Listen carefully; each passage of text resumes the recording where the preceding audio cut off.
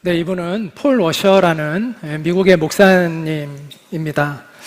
그는 성경이 전하는 온전한 복음이 무엇이냐, 정말 성경이 전하는 복음이 무엇이냐라는 주제를 가지고 책을 냈는데, 원 제목은 복음의 능력과 메시지라는 책입니다. 제가 오늘 전하는 이 복음 사경에는 저 책에 있는 내용을 기초로 해서 제가 준비한 설교라는 점을 미리 말씀을 드리고 시작하도록 하겠습니다. 자, 복음이라는 이 말의 앞에는 항상 정관사, 우리는 정관사가 없죠. 관사가 없어요, 우리나라 언어는. 근데 영어 성경을 보면 헬라어도 마찬가지예요. 항상 앞에 더라는 정관사가 들어가 있어요. 그래서 복음은 사실은 기쁜 소식이라는 뜻인데, 여러 가지 기쁜 소식 중에 하나를 얘기하는 게 아니라 진짜 기쁜 소식, 가장 기쁜 소식, 어떤 의미에서는 유일한 기쁜 소식을 의미하는 거예요. 그래서 원래는 복음이라고 안 하고 그 복음이라고 해야 원래는 맞는 거예요. 근데 우리 언어가 그렇게 하면 좀 어색하니까 그냥 복음이라고 표현하는데, 그 복음은 예수님에 대한 이야기를 하고 있다는 걸 여러분이 꼭 기억했으면 좋겠습니다. 자, 복음의 핵심에는 예수님의 십자가가 중심이 되어 있습니다. 어떻게 한 사람의 잔혹한 죽음이 우리에게 기쁜 소식이 될 수 있는가? 어떤 종교의 창시자도 그 사람의 죽음이 기쁜 소식이 되는 건 없죠. 어떤 위대한 사상가도 그가 전한 말이 기쁨이 되는 거지, 그의 죽음이 기쁨이 되는 건 아니잖아요. 그런데 예수님은 그 죽음이 우리의 가장 기쁜 소식이 된다는 것이, 이게 도대체 뭔가, 바로 이걸 아는 게 복음의 핵심을 이해하는 것이 됩니다. 자, 그거를 이해하려면 성경이 말씀하고 있는 죄는 무엇인가에 대한 이해가 있어야 합니다. 왜냐하면 예수님의 십자가의 죽음은 뭐 때문이에요? 죄 때문이기 때문입니다. 예수님의 죄가 아니라 우리의 죄, 다른 사람의 죄 때문에 예수님이 죽으셨다고 말씀하고 있잖아요. 그렇기 때문에 복음을 이해하려면 죄가 무엇인지를 먼저 이해해야 합니다. 우리는 죄 가운데 출생해서 죄를 지으며 살아갑니다. 자, 한번 같이 읽어볼까요? 시작. 내가 죄악 중에서 출생하였으며 어머니가 죄 중에서 나를 잉태하였나이다. 우리는 죄 중에서 태어났대요. 죄가 자연스러워요. 그래서 성경은 이렇게 얘기하는데, 하나님은 당신의 천사들마저도 반드시 신뢰할 수 있다고 여기지는 않으신다. 그분 눈에는 푸른 하늘도 깨끗하게만 보이지는 않는다. 하물며 구역질 나도록 부패하여 죄를 물 마시듯 하는 사람이야 어떠하겠느냐. 인간은요, 죄를 물 마시듯 하며 살아가는 존재라고 성경은 이야기하고 있습니다.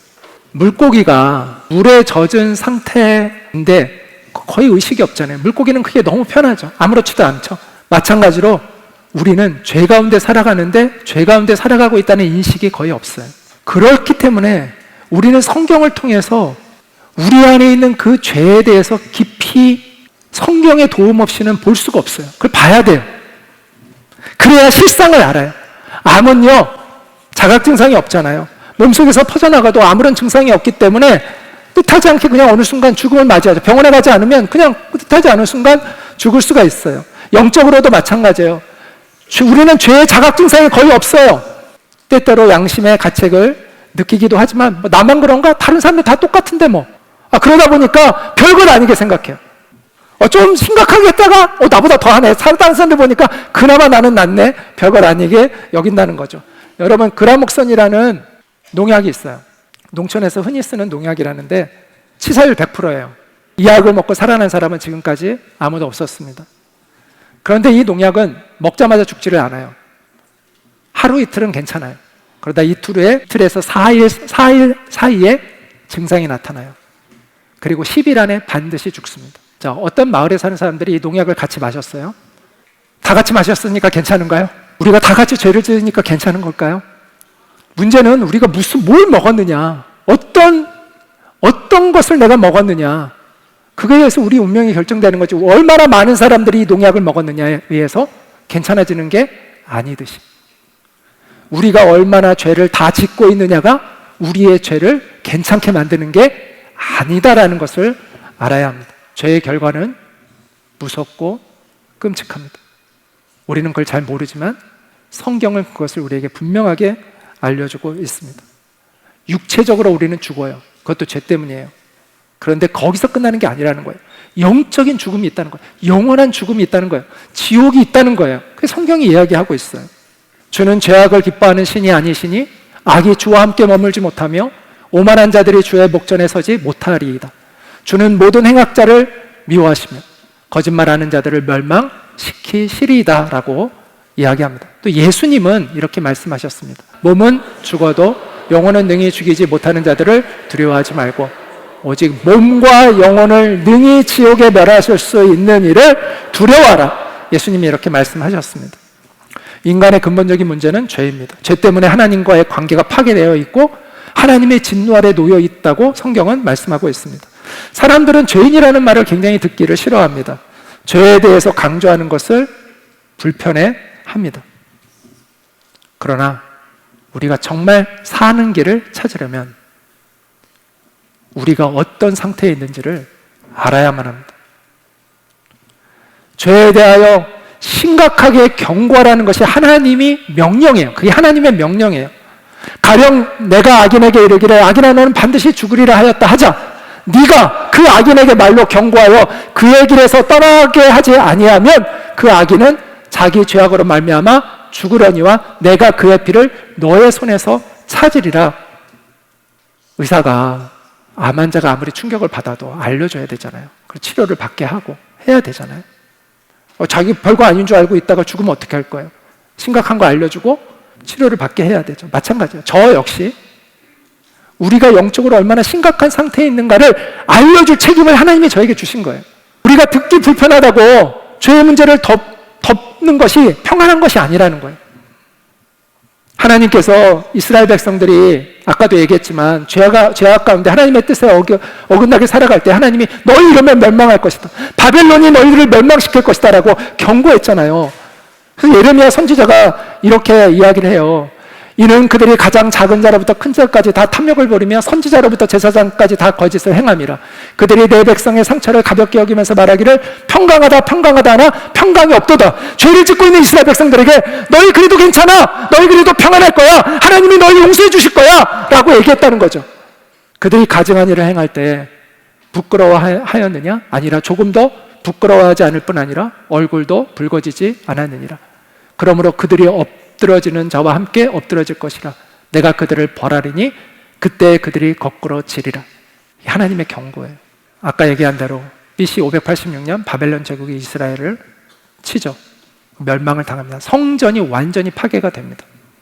많은 백성들이 노예로 끌려갑니다. 거짓 선지자들 그리고 부패한 제사장들은 죄를 짓고 있는 이스라엘 백성들에게 경고하지 않았습니다. 평강하다. 너희 괜찮을 거야 라고 이야기해 주었습니다. 그 결과 그들은 돌이킬 수 없는 비참한 상황에 처하게 됩니다. 설교자는 하나님의 말씀을 전하는 사람입니다. 하나님이 문제가 되신다고 얘기하는데 괜찮다고 말하면 안 되는 것이죠. 하나님이 진노하시는 것을 별것 아니다 라고 말하면 안 됩니다. 그거는 직무유기이고 그거에 대해서 저는 하나님 앞에 책임을 져야 합니다. 저뿐만 아니라 그것은 저에게도 화가 되죠. 근데 저에게 화일 뿐만 아니라 그것은 여러분에게도 화가 되는 것이죠. 그래서 저는 하나님이 저에게 주신 이 말씀을 그대로 전할 수밖에 없습니다. 여러분이 오해하지 않았으면 좋겠어요.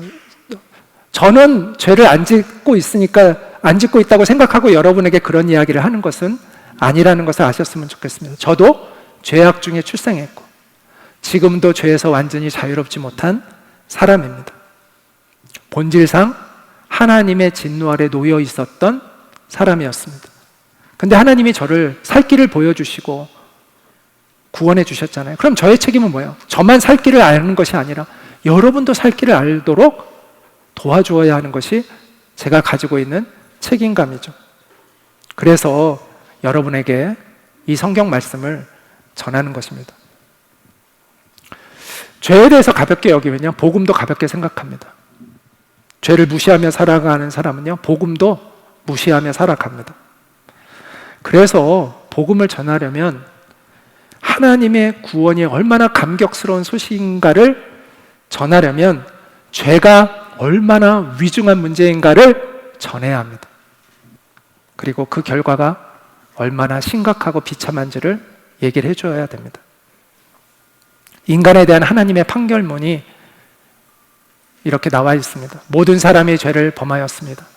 그래서 사람은 하나님의 영광에 못 미치는 처지에 놓여 있습니다. 여기서 하나님의 영광에 못 미친다는 것은 구원을 못 받게 되어 있다는 거예요. 지옥의 하나님의 형벌에 처하게 되어 있다는 것을 의미하는 것입니다. 오늘날 문화는 하나님이 악하다는 것을 선하다고 얘기하는 것에 익숙합니다. 성적 취향이라는 말로 음란한 것을 합리화시킵니다. 유행이라는 말로 온갖 우상 숭배를 합리화시킵니다. 자유라는 고상한 말로 절제하지 못하는 탐욕과 정욕을 포장합니다. 그에 대해서 성경은 경고합니다. 악을 선하다 하며 선을 악하다 하며 흑암으로 광명을 삼으며 광명으로 흑암을 삼으며 쓴 것으로 단 것을 삼으며 단 것으로 쓴 것을 삼는 자들은 화 있을진저. 죄는 근본적으로 하나님과의 문제입니다. 우리가 오늘날 죄를 인간에 대한 문제로 이해해요. 누구에게 잘못했다는 인간의 문제.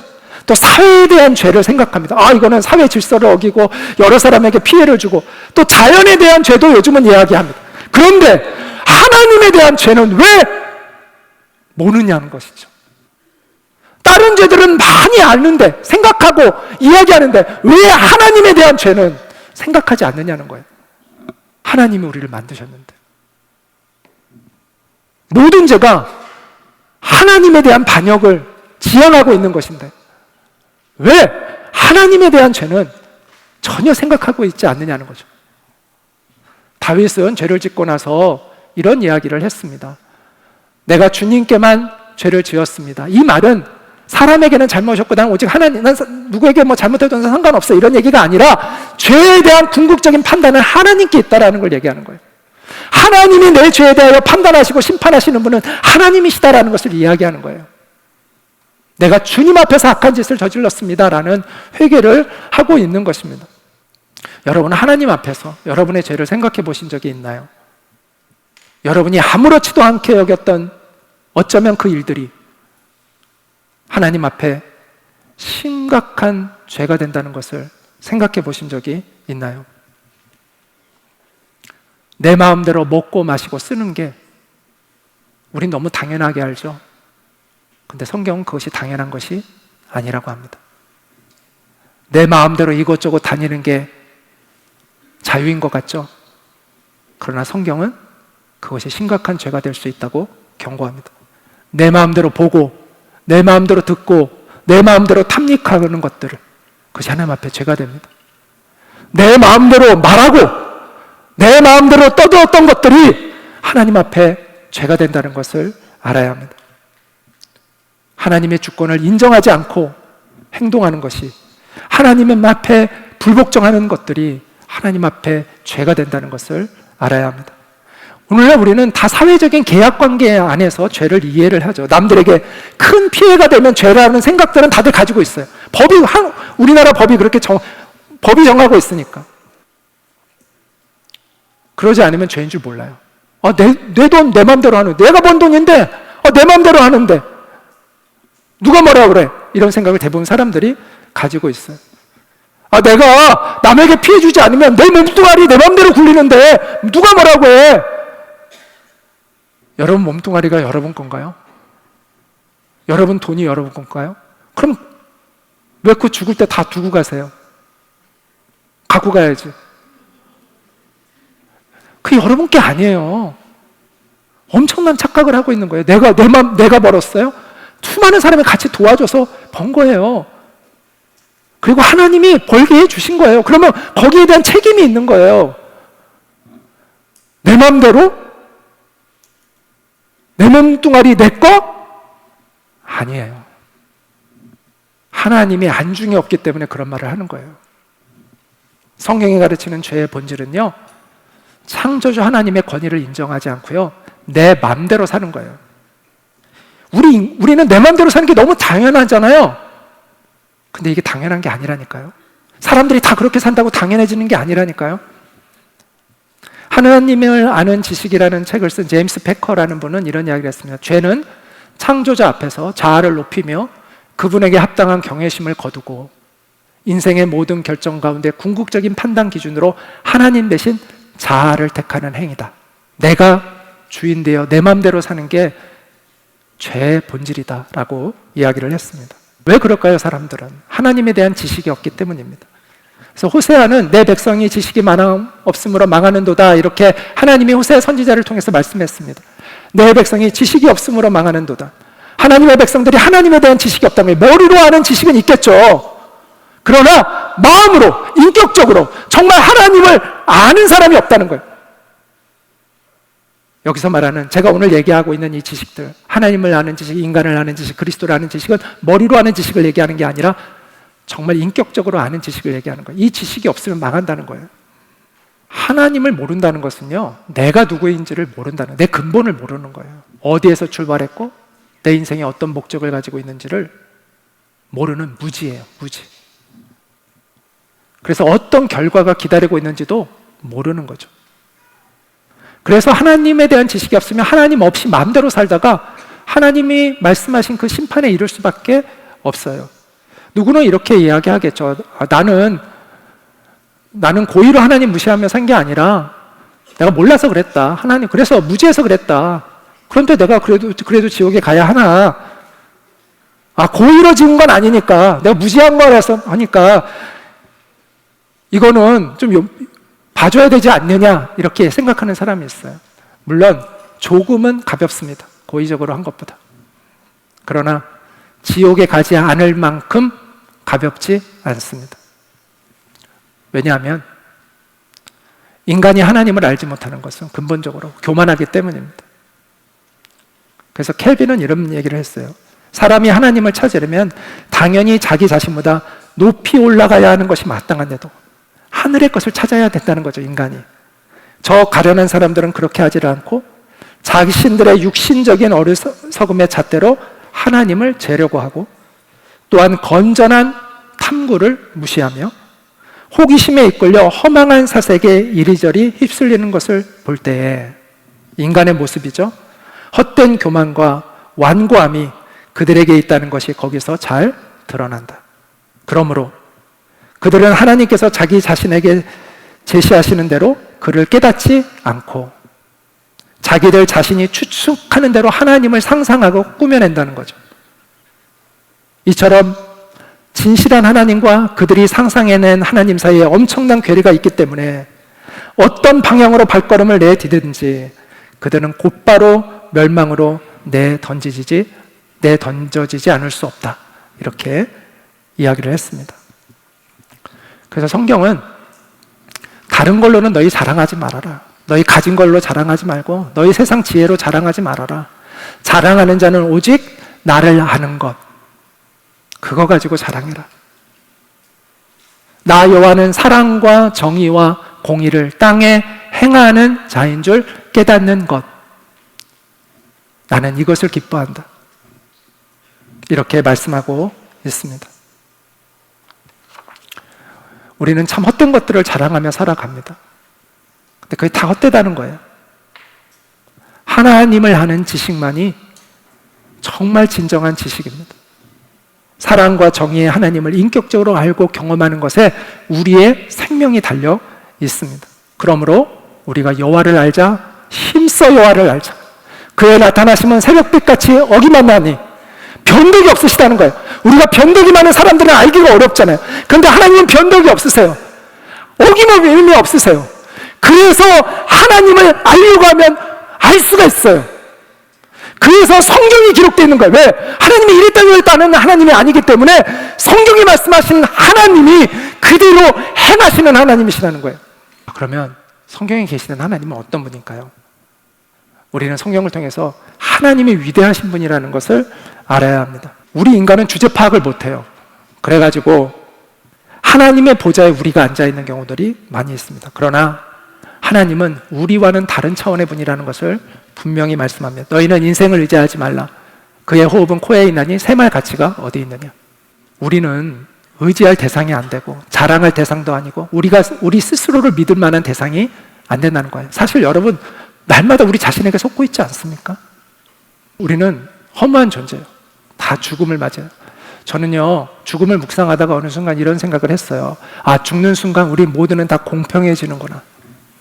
우리가 이 세상을 살 때는 굉장히 하나님이 불공평하게 보이시기도 하죠. 누구는 엄청 부자가 되고, 누구는 가난하고, 누구는 지질이 고생하고, 누구는 편안한 것 같고. 그런데 그 잠깐이에요. 한순간에 하나님의 공평이 이루어집니다.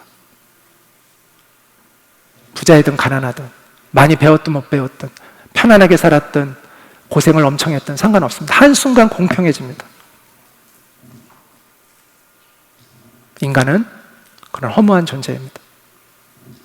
시편 기자는 그러나 하나님은 다르다고 말씀합니다. 주께서 옛적에 땅의 기초를 놓으셨사오며 하늘도 주의 손으로 지으신 바니이다. 천지는 없어지려니와 주는 영원히 존재하시겠고 그것들은 다 옷같이 낡으리니 의복같이 바꾸시면 바뀌려니와 주는 한결같으시며 주의 연대는 무궁하리이다. 그러므로 시편 기자는 이렇게 하나님을 찬양합니다. 할렐루야. 하나님을 찬양한다는 거예요. 할렐루야는 내 영혼아 여호와를 찬양하라. 나의 생전에 여호와를 찬양하며 나의 평생에 내 하나님을 찬송하리로다. 귀인들을 의지하지 말며 도울 힘이 없는 인생도 의지하지 말지니 그의 호흡이 끊어지면 흙으로 돌아가서 그날에 그의 생각이 소멸하리로다. 인간의 권력자들은 의지할 대상이 아니라는 것이죠. 그들도 결국은 다 흙으로 돌아가는 존재라는 것입니다. 야곱의 하나님을 자기의 도움으로 삼으며 여호와 자기 하나님에게 자기의 소망을 두는 자는 복이 있도다. 하나님은요, 우리와 차원이 다른 분이라는 것을 알아야 합니다. 하나님을 인간과 비교하는 건 격이 안 맞는 거예요. 그리고 창조주 하나님과 거짓된 신들을 비교하는 것도 이건 격이 안 맞는 거예요. 비교의 대상이 아니에요. 그것은 하나님에 대한 모독이에요. 우리는 하나님의 주권도 알아야 합니다. 원래 우리는 민주주의 시대를 살고 있다 보니까 개인의 자율성을 굉장히 강조하고 있다 보니까 이 주권에 대한 의식이 굉장히 약해 있어요. 옛날 왕정 시대에는 주권에 대한 의식이 있는데 이게 민주화가 되다 보니까 좋은 점도 있지만 이 주권에 대한, 이게 우리끼리는 괜찮은데 뭐 사람이 사람을 지배하는 것에서 벗어나는 것까지는 좋은데 하나님의 주권마저도 우리가 제대로 인식하고 있지 못하는 것이 오늘 우리의 문제라는 거예요. 성경은 하나님은 통치자라고 말씀하세요. 만유의 통치자라고 말씀하세요. 그리고 하나님의 통치에는 제한이 없어요. 하나님은 모든 피조물의 통치자세요. 우주는요, 시간과 공간이 존재하는 곳이라고 어떤 과학자가 얘기했습니다. 우주는 시간과 공간이 존재하는 거예요. 하나님은 시간과 공간을 창조하셨어요. 시간과 공간을 창조하셨다는 건 다스리신다는 거예요. 하나님의 주권과 섭리가 온 우주에 미치고 있습니다. 하늘과 땅에서 일어나는 모든 일이 우연히 그냥 일어나는 게 아니라 하나님의 뜻 안에 있는 거예요. 인류의 역사는 물론이고 우리 개인의 삶도 다 하나님의 손 안에 있는 것입니다. 하나님은 본인이 원하시면 무엇이든 행하실 수 있는 능력과 권세를 갖고 계십니다. 하나님의 뜻을 정하면 그 누구도 무엇도 돌이킬 수 없다고 성경은 말씀하고 있습니다. 하나님이 계획하시고 생각하신 것들은 그대로 성취되고 이루어진다고 말씀합니다. 하나님은 생사회복의 모든 결정권을 갖고 계세요. 태어나고 죽는 것도 하나님의 손 안에 있습니다. 흥망성쇠, 높아짐, 낮아짐, 그 모든 것이 하나님의 주권에 속한 것이라고 말씀합니다. 이런 하나님 앞에서 하나님을 거역하고 하나님이 미워하시는 죄를 마음껏 행한다는 것은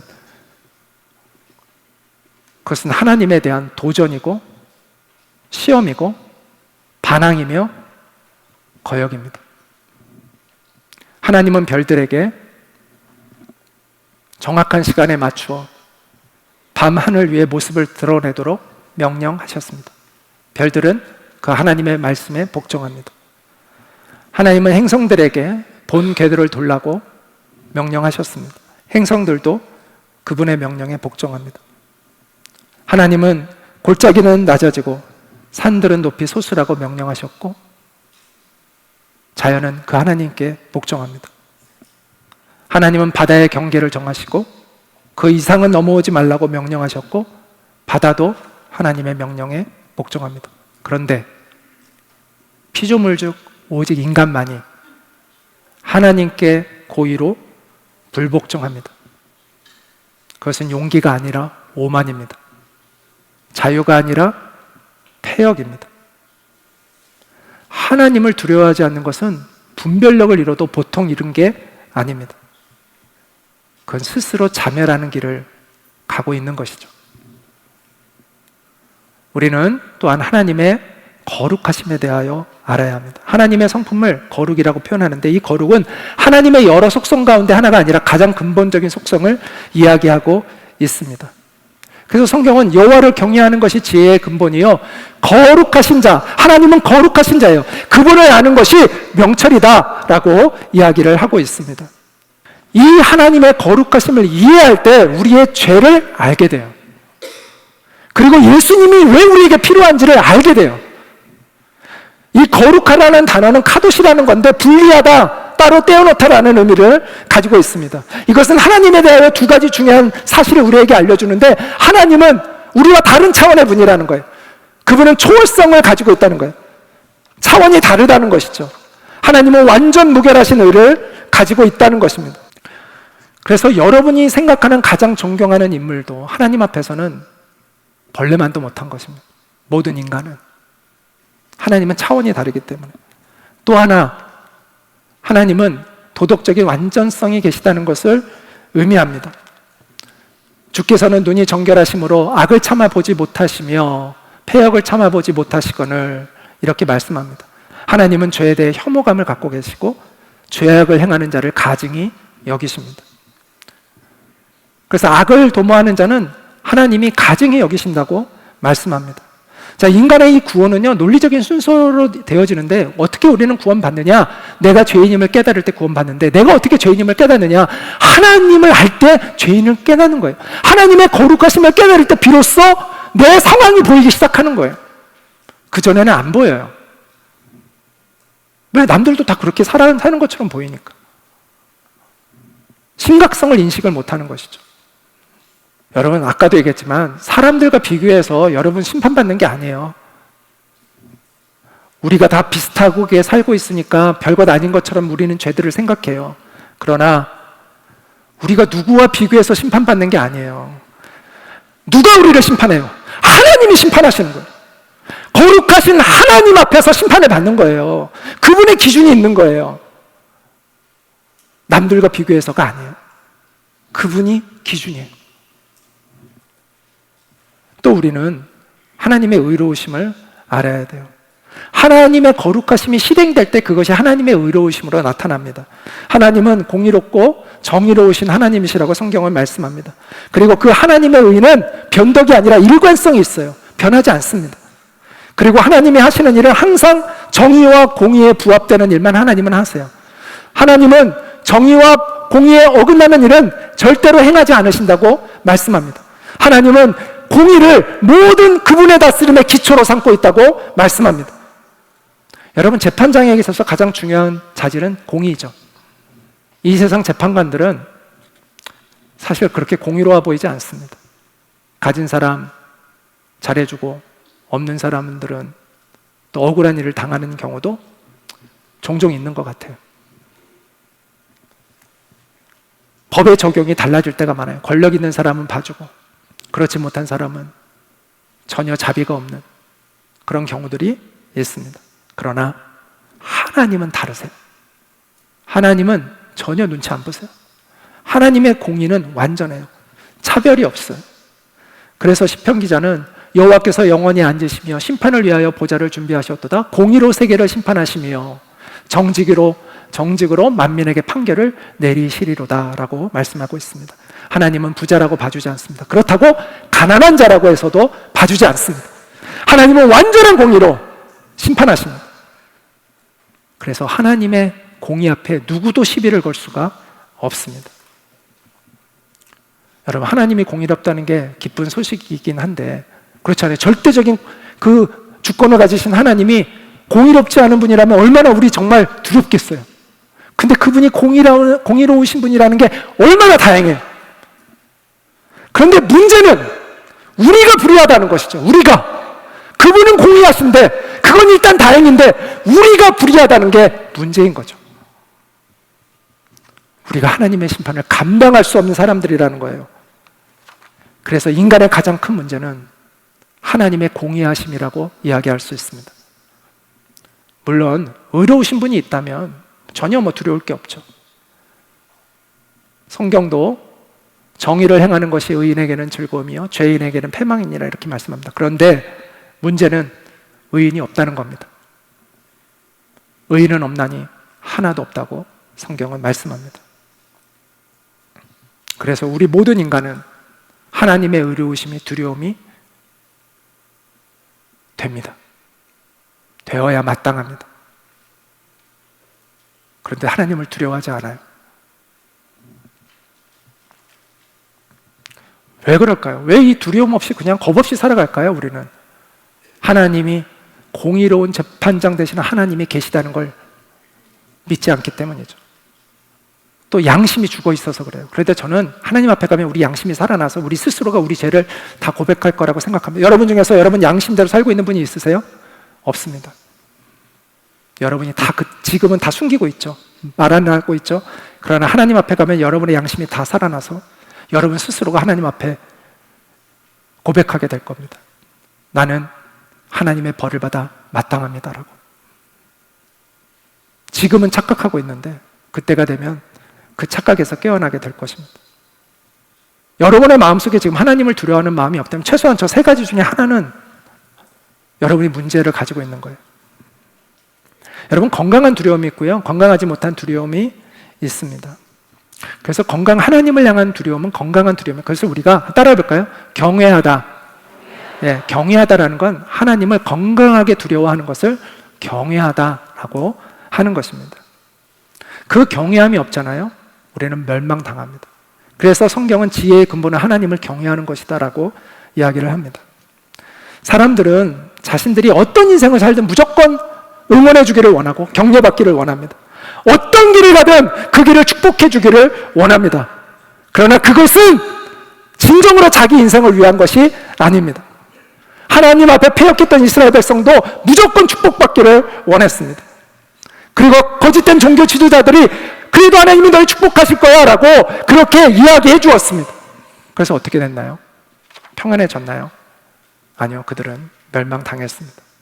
그들은 나 주의 말을 멸시하는 자들에게도 말하기를 만사가 형통할 것이다, 주님의 말씀이다 한다. 하나님이 이렇게 지금 이야기하고 있는 거예요. 거짓 선지자들은 만사가 형통할 것이다 이렇게 얘기해 준다는 거죠. 자기 고집대로 살아가는 모든 사람에게도 너희에게는 어떠한 재앙도 내리지 않을 것이다 라고 말한다. 보아라, 나 주의 분노가 폭풍처럼 터져 나온다. 회오리바람처럼 밀려와서 악인들의 머리를 후려칠 것이다. 나 주는 나의 마음 속에 뜻한 바를 시행하고 이를 때까지 분노를 풀지 않을 것이다. 마지막 날이 오면 너희가 이것을 분명히 깨달을 것이다. 이렇게 성경은 말씀합니다. 우리가 어떤 인생을 살든 우리를 격려해주는 신은 진정한 신이 아닙니다. 많은 사람들이요, 그런 신을 찾아요. 그런 신은요, 믿을 필요가 없어요. 그거 다 우리가 만들어내는 거짓된 신일 뿐이에요. 우리가 어떤 인생을 살든 상관하지 않는 신은 거짓된 신이에요. 그런 신은 믿을 필요가 없어요. 하나님은 그런 분이 아니에요. 하나님은 우리의 은밀한 일을 선악간에 알고 계시고 심판하시는 분이라고 말씀합니다. 그래서 우리는 하나님을 두려워할 줄 알아야 돼요. 경외해야 돼요. 또 우리는 하나님의 사랑을 알아야 됩니다. 자, 우리가 거룩하심, 의로우심에 대해서 이제 이야기했는데 그 사실을 깨달으면 우리는 좀 절망스럽잖아요. 근데 우리 안에 희망이 있어요. 그 이유는 하나님이 사랑의 하나님이시기 때문입니다. 하나님의 본질은 사랑이라고 성경은 말씀합니다. 하나님은 긍휼로 가득하신 분이라고 말씀합니다. 피조물을 불쌍히 여기시고 또 쉽게 심판하시지 않고 기다리시고 돌이키기를 기다리시고 그럴 기회를 주고 계시는 분이라고 말씀합니다.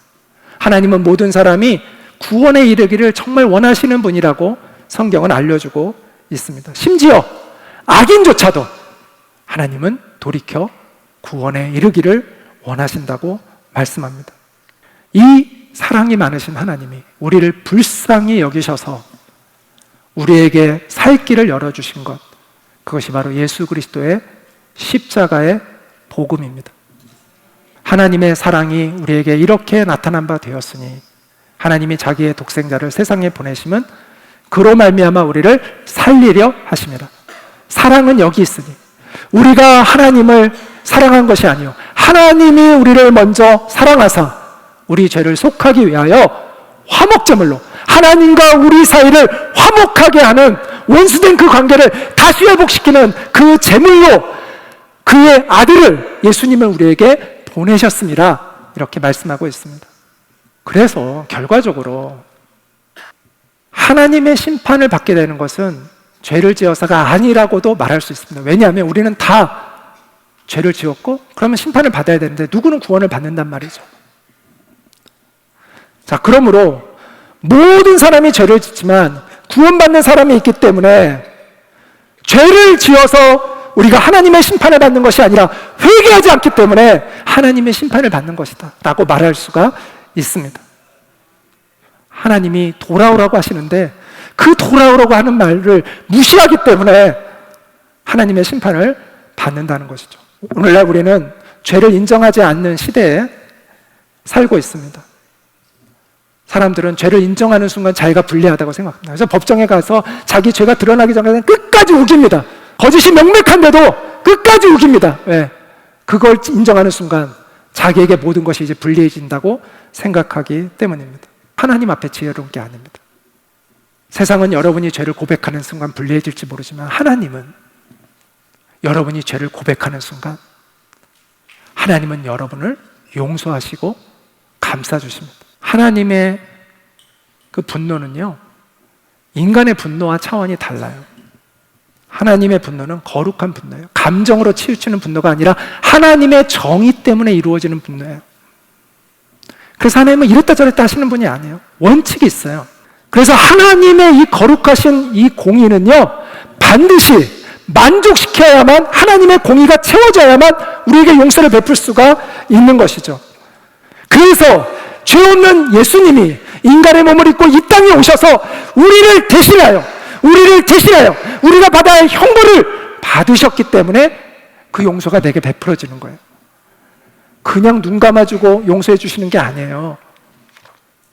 나를 대신한 의로운 분이 나를 대신해서 죄값을 치러줄 수 있는 자격 있는 분이 그 하나님의 공의를 만족시켰기 때문에 제가 용서함을 받는 거예요. 많은 사람들이 이런 얘기를 해요. 아니, 착하게 살면 구원받는다는 생각을 해요. 착하게 하면 구원받는다. 근데 제가 한번 예를 들어볼게요. 제가 누구랑 다퉈서 때렸는데 이 사람이 죽어버렸어요. 그래서 제가 재판을 받게 됐어요. 그래서 제가 재판장님께 이렇게 호소합니다. 재판장님, 제가 실수로 한 사람을 때려 죽였지만 제가 예전에 목숨을 걸고 물속에 빠진 사람 2사람을 뛰어들어가가지고 2명이나 건졌습니다. 2-1 하나 남지 않습니까? 제가 착한 일 2개 했고 이 실수로 한 사람 죽였는데 용서해 주세요라고 하면 재판장이 뭐라고 해요? 오, 네가 그런 줄 몰랐다. 네가 똑같은 실수 한 번 더 해도 되겠다. 뭐 이럴까요? 뭐라고 할까요? 쓸데없는 소리 하지 마라. 죄는 죄값을 지불해야 되는 거야. 그건 네가 아무리 어떤 착한 일을 앞으로 전에 했어도 상관없어. 죄는 죄값을 지불해야 자유로워지는 거야. 이렇게 하지 않겠어요? 다 동의되시죠? 그런데 왜 우리는 이상하게 착한 일 많이 해서 천국에 간다고 할까요? 죄 때문에 지옥 가는 거예요. 그리고 죄는요, 죄값이 지불돼야 자유해지는 거예요. 내가 지불하든 나를 대신해서 그것을 지불할 수 있는 정당한 자격을 가진 사람이 지불하든 지불이 되어야 자유해지는 거예요.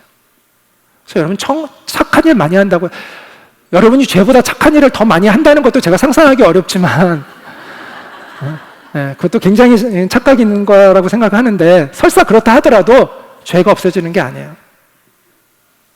죄는 죄값을 지불해야 자유해지는 거예요. 마틴 로이드 존스는 이렇게 얘기했어요. 성경의 어느 부분이 하나님의 거룩하심을 가장 강력하게 가르치고 있는가 질문을 받는다면 여러분은 갈보리 십자가로 가야 합니다. 하나님은 매우 거룩하시기 때문에, 그것도 완벽하게 거룩하시기 때문에 갈보리에서의 끔찍한 죽음이 없이는, 예수님이 우리를 위하여 대속해 주신 그 십자가의 죽음이 없이는 우리를 용서하실 수가 없습니다. 십자가는 하나님의 거룩하심에 대한 가장 숭고한 선포이며 계시입니다. 그래서 하나님은 시간과 공간을 창조하신 분이고 우리를 다스린다고 주권자라고 말씀을 드렸습니다. 저는 예수님의 십자가의 이 사건, 이거는 하나님의 공의와 사랑이 만나는 순간이라고 생각합니다. 이 하나님의 은총이 베풀어지는 유일한 시간과 공간, 하나님이 구원을 창조하시는 유일한 시간과 공간은 예수 그리스도의 십자가예요. 그 시간과 공간을 통과하지 않고 하나님 앞에 온전히 설 수 있는 사람은 아무도 없어요. 그러므로 우리에게 이제 남겨진 유일한 희망은 그 십자가의 시간과 공간을 통과하여 하나님 앞에 서는 거예요. 나를 대신해서, 십자가에서 나를 대신해서, 내가 받아야 할 형벌을 대신해서 받아주신 그 예수님의 십자가, 그 은혜의 시간과 공간, 그걸 통과할 때 우리는 하나님의 은혜의 세계 안으로 들어가게 됩니다. 그 은혜가 여러분 가운데 있기를 소망하면서 마지막으로 기도하겠습니다. 하나님 아버지, 하나님이 얼마나 위대하신 분인가를 우리가 깨닫습니다. 그래서 우리가 하나님을 두려워합니다. 하나님, 우리에게 이 건강한 두려움, 하나님을 경외하는 마음을 우리 가운데 주시기를 원합니다. 우리 안에 소망이 없음을 깨닫고 우리를 사랑하셔서 우리에게 열어주신 그 구원의 은총을 바라볼 수 있는 우리가 될 수 있게 도와주시옵소서.